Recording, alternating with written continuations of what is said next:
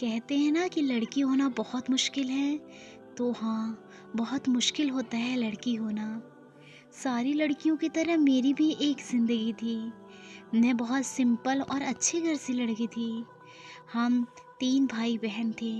मैं एक बहन थी और मेरे 2 छोटे भाई थे, जो कि उम्र में मुझसे ज़्यादा छोटे नहीं थे। हम लोग साथ में बहुत मस्ती किया करते थे। क्योंकि मैं पूरे घर में एक ही लड़की थी, इसलिए मेरे माँ-बाप मेरे पे जान छिड़कते थे। मैं उनकी बहुत दुलारी थी। जब मैं स्कूल जाती थी तो लड़कियों को देखती तो मुझे बहुत खुशी होती थी कि जिन लड़कियों की शादी हो जाती है वो आती हैं और नए नए कपड़े, नए नए जोड़े पहन कर आती हैं। उनके हाथ में सोने के कंगन होते थे और उनका चेहरा खिला लगता था। मुझे देखकर बहुत अच्छा लगता था। मैंने सोचा कि ज़िंदगी बदल जाती है जिसकी शादी हो जाती है। मुझे भी शादी करने का बहुत शौक़ था, क्योंकि मैं सोचती थी कि शादी का मतलब ही यही होता है कि खुद को एक दूसरे से बदल लेना। एक दिन जब मैं स्कूल गई तो मेरी जो सबसे ख़ास फ्रेंड थी वो मुझसे कहती है कि मैं तुम्हें मिठाई खिलाना चाहती हूँ। मैंने कहा क्यों? उसने कहा लो पहले मिठाई तो खाओ। जैसे ही मैंने मिठाई खाया उसने मुझे बताया कि उसकी शादी लग गई है और वो बहुत खुश है। अगले महीने में 7 तारीख को उसकी शादी है।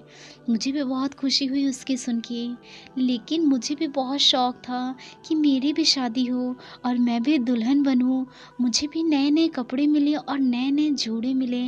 मैं बहुत खुश रहा करती थी ये सोचकर कि मैं भी कभी दुल्हन बनूँगी। जब ये खबर मैं घर आई और अपनी माँ को सुनाया, माँ ने कहा चलो बढ़िया है, जिसकी हो जाए उसी का अच्छा। मैंने कहा माँ, क्या मेरी नहीं होगी क्या शादी? मेरी माँ कहती है क्यों पगली, क्यों तेरी नहीं होगी? ज़रूर तेरी शादी होगी। लेकिन मेरी माँ कहीं न कहीं सदमे में थी। ऐसा लग रहा था कि वो कुछ सोच रही हैं। हाँ, मुझे पता था वो क्या सोच रही होंगी।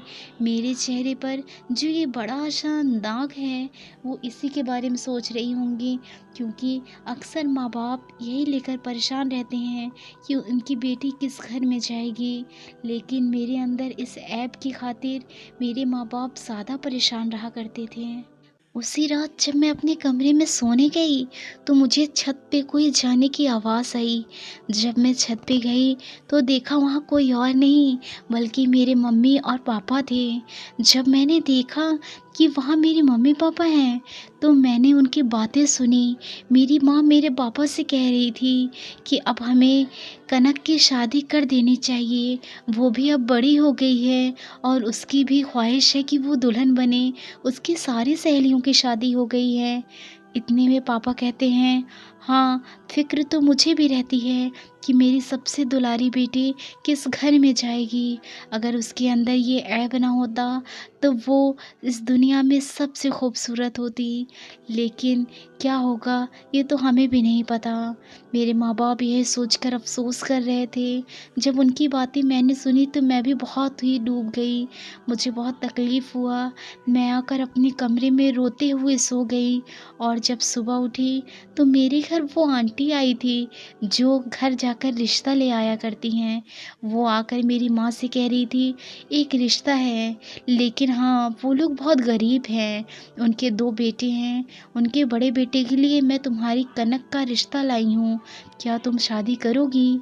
ये खबर सुनते ही मेरे मम्मी-पापा तो खुशी के मारे पागल हो गए थे। वो कहे हाँ, ज़रूर करेंगे। हमें लड़के का चेहरा तो दिखाओ, उसका फ़ोटो तो लाओ। जब उन्होंने फ़ोटो देखा तो वो लड़का भी ठीक था। तो मेरी माँ ने कहा ठीक है, आप कल ही उन्हें लेकर आओ। वो लोग मेरी कनक को तो पसंद कर लेंगे ना? तो वो आंटी बोली हाँ ज़रूर, मैंने सब कुछ बताया हुआ है। दूसरे दिन जब मुझे मेरी सास देखने आती हैं उनके साथ कोई और नहीं बल्कि मेरा छोटा देवर वो आया था। दोनों ने मुझे देखा और तुरंत पसंद कर लिया। न जाने रब की क्या मर्ज़ी थी कि उस लोगों ने हाँ कर दिया और मेरी शादी पक्की हो गई। मैं तो खुशी के मारे फूट-फूट के हँस रही थी। मुझे तो खुशी की कोई इंतहा ही नज़र नहीं आ रही थी। मैंने मिठाई खाया और सबको मिठाई खिलाया और बिल्कुल मैं पागल हो गई थी। 1 महीने बाद ही मेरी माँ ने शादी का रिश्ता माँगा और कहा कि 1 महीने बाद ही मैं अपनी बेटी की शादी करूँगी। तो मेरी सास मान गई और 1 महीना बीतते ही मेरी शादी हो गई। मैं बहुत खुश थी। मुझे ऐसा लग रहा था कि मेरी ज़िंदगी बदल जाएगी। जब मैं दुल्हन बनी बैठी थी और खुद को देख रही थी, तो मुझे पता चला कि बारात आ गई है। मेरे पास जितने लोग थे सब बारात को देखने चले गए और मैं अकेली थी। बगल वाले कमरे में मेरी माँ की रोने की आवाज़ आ रही थी। मैं जब गई वहाँ देखा तो वहाँ पर मेरी माँ मेरे पापा से रोकर कह रही है, बस इसी बात को तो डर था मुझे, देखो हो गई ना वही बात। अब वो लोग गाड़ी माँग रहे हैं, हम लोग उन्हें कैसे देंगे? हमारे पास इतना पैसा भी नहीं है कि हम उन्हें इस इमरजेंसी में गाड़ी दे सकें। ये सब बातें सुनते ही मेरे पापा ने कहा, चलो तुम्हारे पास जितने भी ज़ेवर हैं तुम मुझे दे दो, मैं कुछ इंतज़ाम करूँगा।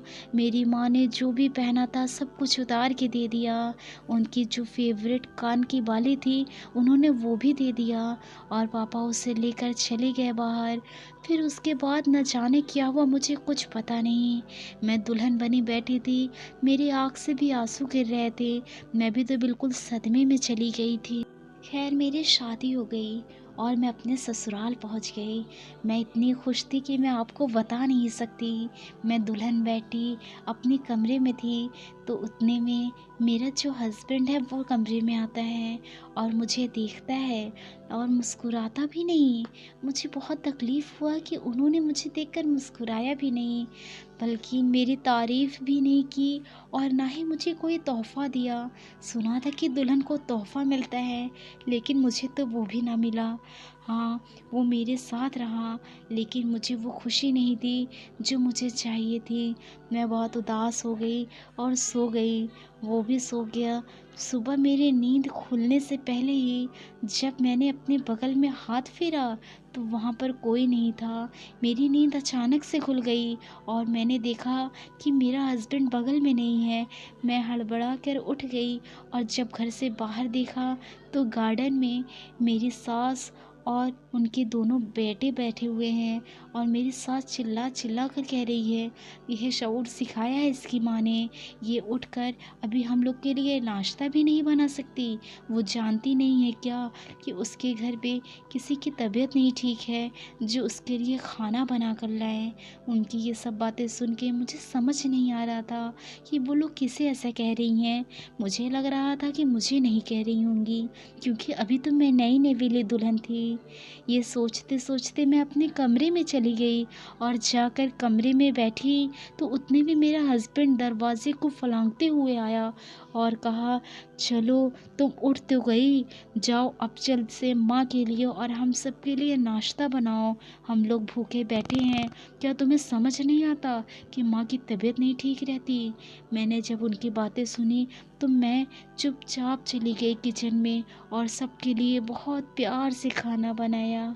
जैसे ही मैंने खाने को तैयार किया, मेरी सास चिल्ला चिल्ला कर बुला रही थी, अब हम लोग को खाना मिल जाएगा कि नहीं आज? तो मैंने तुरंत नाश्ता लगा दिया और कहा, आप लोग नाश्ता करिए, मैं आती हूँ। इतने में मैं कमरे में गई तो मेरा हस्बैंड आया और मुझे पैर से मार के कहा कि ये क्या बनाया है नालायक? क्या तुम्हारी माँ ने तुम्हें यही सिखाया है? इतना बुरा खाना मैंने आज तक नहीं खाया। मुझे तो ऐसा लग रहा था कि इतने दिन मेरे माँ बाप और मेरे भाई जो मेरे खाने की तारीफ करते थे वो झूठी थी क्या?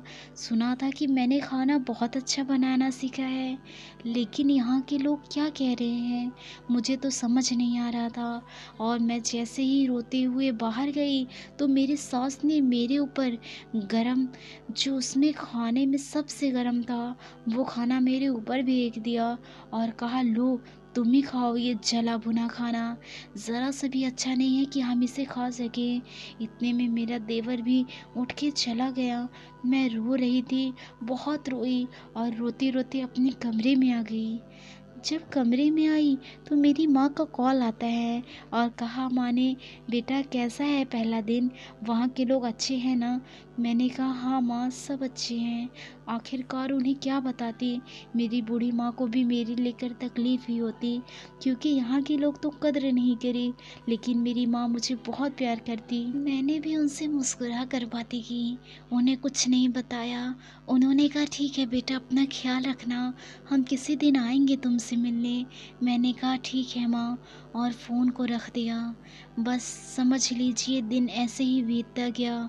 मेरा दिन, मेरा रात बस इसी हाल में गुजरता कि घर के काम में मेरा दिन बीत जाता। शौहर का मतलब तो कुछ नहीं था। हस्बैंड मेरा बिल्कुल भी प्यार नहीं करता था। मैं बहुत उदास रहने लगी थी। कुछ महीने बीत गए तो मेरे पापा का कॉल आया मेरी सास के पास कि हम अपनी बेटी को घर बुलाना चाहते हैं, अगर आप इजाज़त दें तो आए, उन्हें ले जाएं। लेकिन मेरे सास ने साफ साफ इनकार कर दिया कि मेरी तबीयत अब ठीक नहीं रहती, अभी उसे जाने की ज़रूरत नहीं है, फिर कुछ दिन बीत जाने दो तो मैं उसे तुम्हारे घर पहुंचा दूंगी। ये कहकर बात को टाल दिया। मेरे माँ बाप भी बहुत सीधे थे। उन्होंने कहा कि बेटी का घर बस जाए, इससे बेहतर क्या होगा। उन्होंने कुछ नहीं बोला और मेरा दिन ऐसे ही बीतता गया। 2 साल बीतने के बाद मुझे एक बेटी हुई और मुझसे उन्हें नफ़रत नहीं थी, बल्कि मेरी बेटी और नन्हे से जान से भी दोनों माँ बेटे जलते थे और कहते थे कि नहीं, अब तो हम हरगिज़ तुम्हें नहीं रखेंगे, अब मैं अपने बेटे की दूसरी शादी करूँगा और तुम्हें इस घर से विदा कर दूँगी, तुम चले जाओ मेरा घर छोड़ के। उनकी ये सब बातें सुनती तो मेरी आँख से खून गिरता था कि इतने ज़ालिम लोग कैसे हो सकते हैं। उन लोग यही कह रहे थे कि तुम तो हम लोग के ऊपर बोझ थी ही, अब ये तुम्हारी मनहूस भी पैदा हो गई है।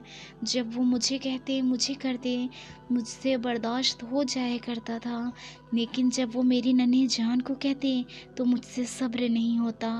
उस रात बीतते ही रात के 4 बजे मैं उठी और अपनी बेटी को अपनी चादर में लपेटा और उस घर से बाहर चली आई। मैं एक टीचर बन गई हूँ, क्योंकि मेरी पढ़ाई भी बहुत अच्छी हुआ करती थी, इसलिए मैं जिस स्कूल में पढ़ाई कंप्लीट की थी उसी में टीचिंग करती हूँ और मेरी बेटी उसी स्कूल में पढ़ती है। हम माँ बेटी बहुत खुश रहते हैं, लेकिन आज भी वो तकलीफ़ रहता है कि हर लड़की की तरह मेरी ज़िंदगी क्यों नहीं है, क्यों इतनी मुश्किल है।